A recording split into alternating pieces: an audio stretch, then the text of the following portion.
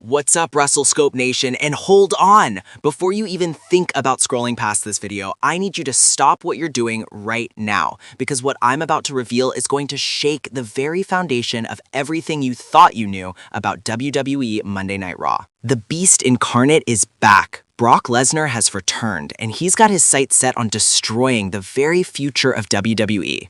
We're talking about a collision course with the most dominant second-generation superstar in the game today, Bron Breakker. And folks, this isn't just another match announcement. This is about legacy. This is about power. This is about who really controls the vision of WWE's future. Hello viewers, if you're new here, please don't forget to like and hit the subscribe button for daily updates on WWE Raw. Let me hit you with some facts that WWE doesn't want you to think about too carefully.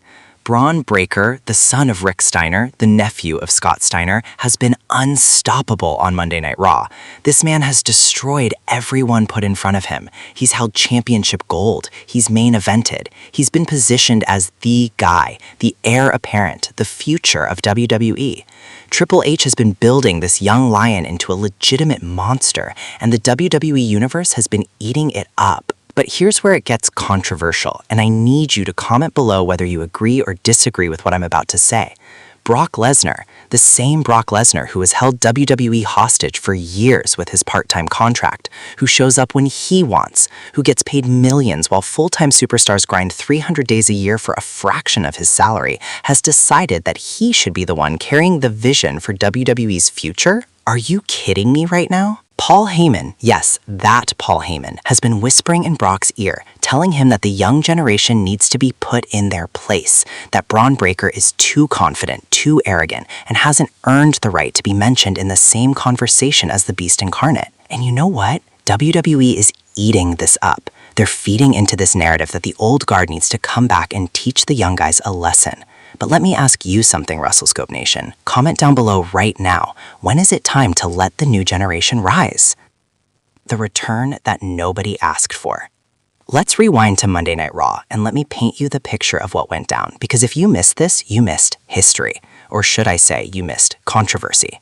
The show is cruising along. Bron Breakker just finished demolishing his opponent. Let's say it was Bronson Reed or Ivar. Doesn't matter because Bron made quick work of whoever it was. And he's standing in the ring, flexing his dominance, cutting a promo about how nobody in WWE can touch him. He's talking about being the most complete athlete in WWE today. He's got the look, the intensity, the pedigree, the power. The crowd is electric. They're chanting his name. Breakker, Breakker, Breakker.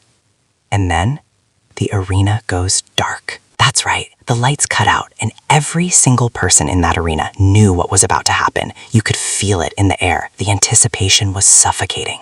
Then we hear it. Here comes the pain. The pyro explodes, the music hits, and out walks Brock Lesnar with Paul Heyman by his side, that smirk on his face like he owns the place. Now, I'm gonna be real with you for a second. The pop was insane. People lost their minds because regardless of how you feel about Brock's schedule, regardless of how you feel about part-timers, the man is a draw. He's a legitimate superstar. When Brock Lesnar shows up, it means something. But here's what nobody is talking about, and this is where I need you to comment below and tell me if I'm right or if I'm crazy. Brock Lesnar didn't need to come back. He didn't. Brock Lesnar is already a first ballot Hall of Famer. He's already conquered everything in WWE. He's beaten The Undertaker, he's beaten John Cena, he's beaten Roman Reigns, he's beaten Goldberg, he's ended the streak at WrestleMania. What more does he need to prove? But Paul Heyman gets on that microphone and you can hear the venom in his voice. He looks at Bron Breakker, this young lion who's been carrying Monday Night Raw, and he says, "Ladies and gentlemen, my name is Paul Heyman, and I represent the reigning, defending, undisputed reality check for every young superstar who thinks they can carry the vision of WWE."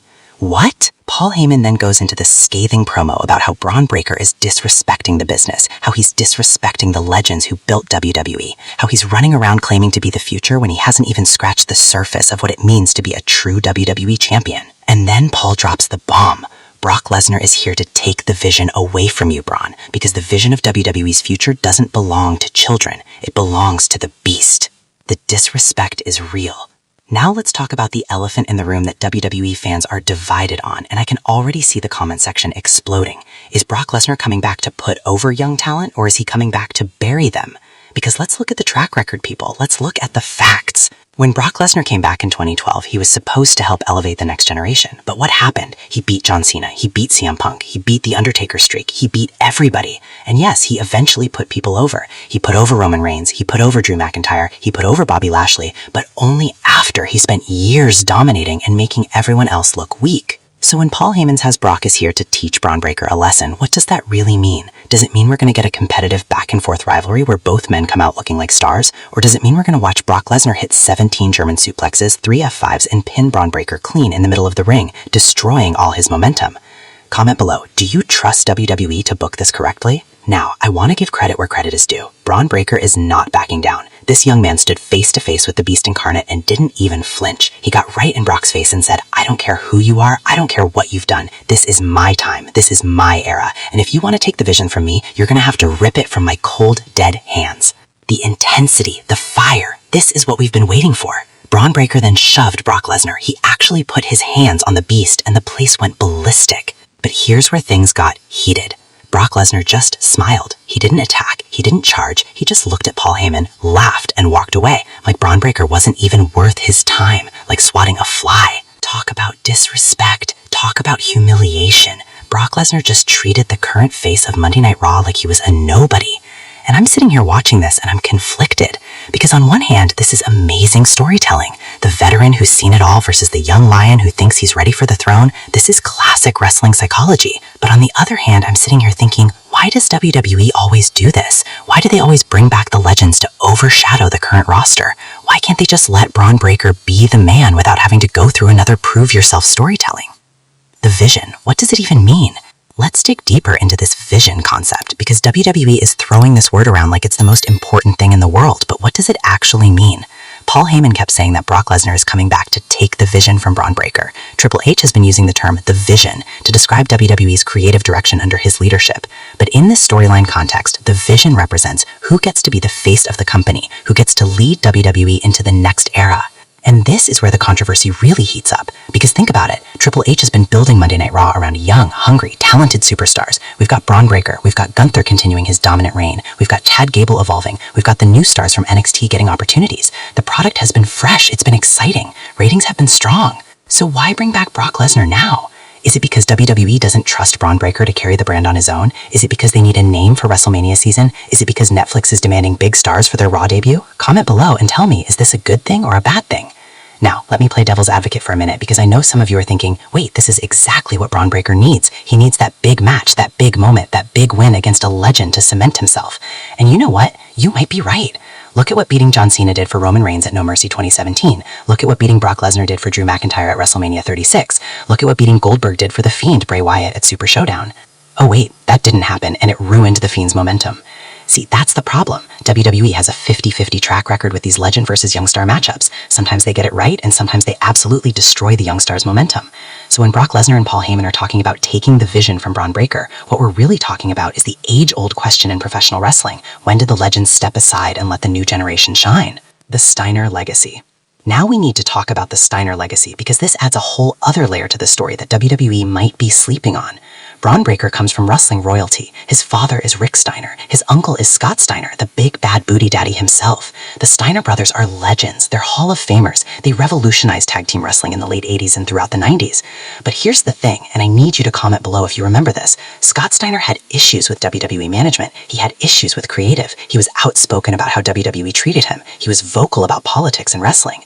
So when we see Brock Lesnar, a guy who's always had preferential treatment, who's always been protected, who's always gotten whatever he wanted, coming after Bron Breakker, the son of a Steiner, there's almost this poetic layer to it. It's the establishment versus the lineage. It's the corporate favorite versus the wrestling family. It's privilege versus heritage. Now, I'm not saying WWE is going to go this deep into the story, but imagine if they did. Imagine if they brought in Rick Steiner or even Scott Steiner to support Bron. Imagine if they turned this into a family affair. The promos would be insane. Can you imagine Scott Steiner cutting a promo on Brock Lesnar? The numbers wouldn't lie. The math would show that Brock Lesnar has a 141 2/3% chance of losing at Sacrifice. But seriously, the Steiner legacy means that Bron Breakker has wrestling in his DNA. He's not some crossover athlete who came from UFC or football and then transitioned to wrestling. No disrespect to Brock, but that's his story. Bron Breakker is second generation. He was raised in the business. He understands the business. So when Paul Heyman says Bron hasn't earned the right to carry the vision, I'm calling bull. This young man has been grinding since he debuted in NXT. He's won championships, he's main evented takeovers, he's delivered incredible matches, he's improved on the microphone, he's got the complete package. But WWE is asking us to believe that he needs Brock Lesnar's approval, that he needs to pass some kind of test, that he needs to prove himself to the Beast. The Paul Heyman factor. We cannot have this conversation without diving deep into the Paul Heyman factor, because Paul Heyman is the puppet master pulling the strings in this entire situation. Paul Heyman is the greatest manager in WWE history. Don't at me, it's facts. This man took Brock Lesnar and turned him into the Beast Incarnate. He took CM Punk and amplified him into the voice of the voiceless. He took Roman Reigns and helped him become the tribal chief. Everything Paul Heyman touches turns to gold. But here's what's interesting and what's got the WWE universe divided in the comments, and I need you to weigh in on this. Is Paul Heyman doing this for Brock, or is Paul Heyman doing this for himself? Think about it. Paul Heyman's association with Roman Reigns just ended. The bloodline story has moved on with him. Roman doesn't need Paul anymore. So where does that leave Paul Heyman? What's his purpose in WWE now? Well, apparently it's to resurrect Brock Lesnar's career and position him against the young lions who are trying to take over. In his promo on Raw, Paul Heyman made it very clear that he sees Bron Breakker as a threat, not a threat to